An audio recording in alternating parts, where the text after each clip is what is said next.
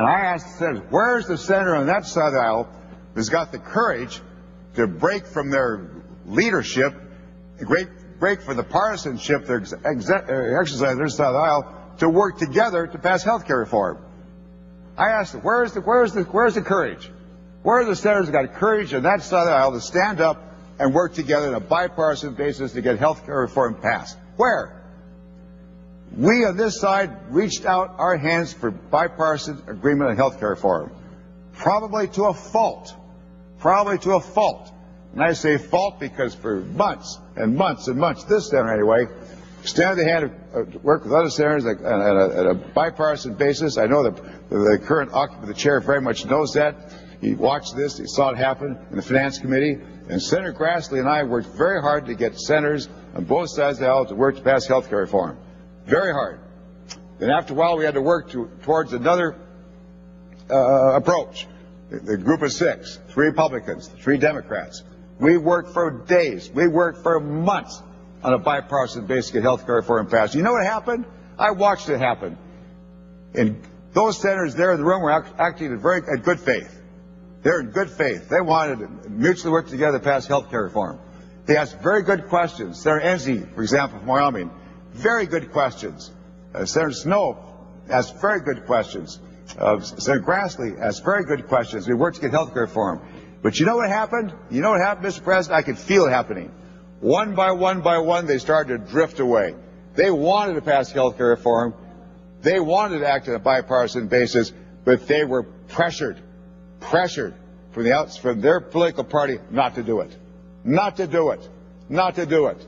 Why are they pressured not to do it? Unfortunately, they gave in to their pressure because their leadership wanted to make a political statement.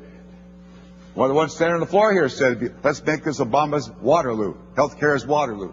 They do not want to work with us, that side of the aisle. They did not want to work with us because they thought it's better to make a political statement, attack the bill, attack the bill, attack the bill, attack the bill, in order to make political points for the 2010 election. That's what they were trying to do.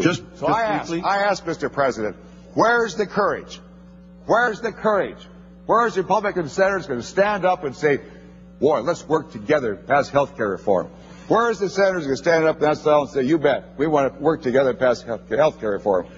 This senator tried mightily to get bipartisan support. Well, the gentleman yield just briefly. From Iowa, who I've been working with for a long, long time, and they just they're pulled away. Senator Grassley, I don't want to speak for him, but I know he wanted to get health care reform passed on a bipartisan basis. I know that's the case.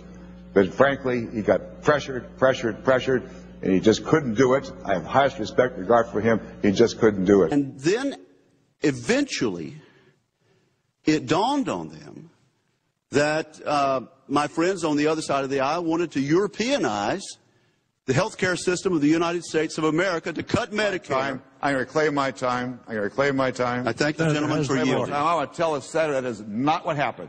I was in the room constantly. I talked to those senators many times. That is not what happened. I'll tell you what did happen. Your leadership pressured them not to work together. There is no European-style effort in that room. That is a totally untruthful statement. None whatsoever.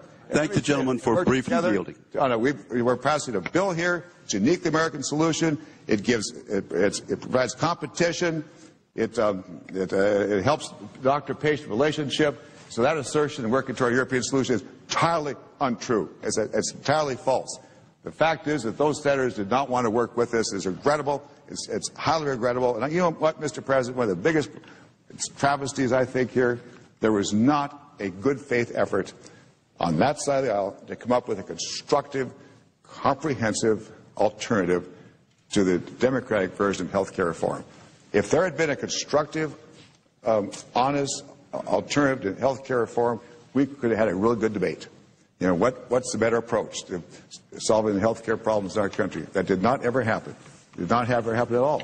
Rather, they didn't come up, they didn't have anything. They didn't have a health care bill. None whatsoever.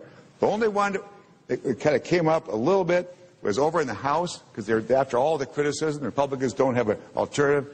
Finally, the Republicans in the House came up with an alternative. It was very small. There wasn't much to it. To be honest, the Congressional Budget Office said it hardly increased any coverage whatsoever. It was not really a comprehensive health care reform bill. And there's been none in the United States Senate on the Republican side. No alternative for a comprehensive health care reform bill. So I just want the public to know that we've worked very hard to get a bipartisan bill.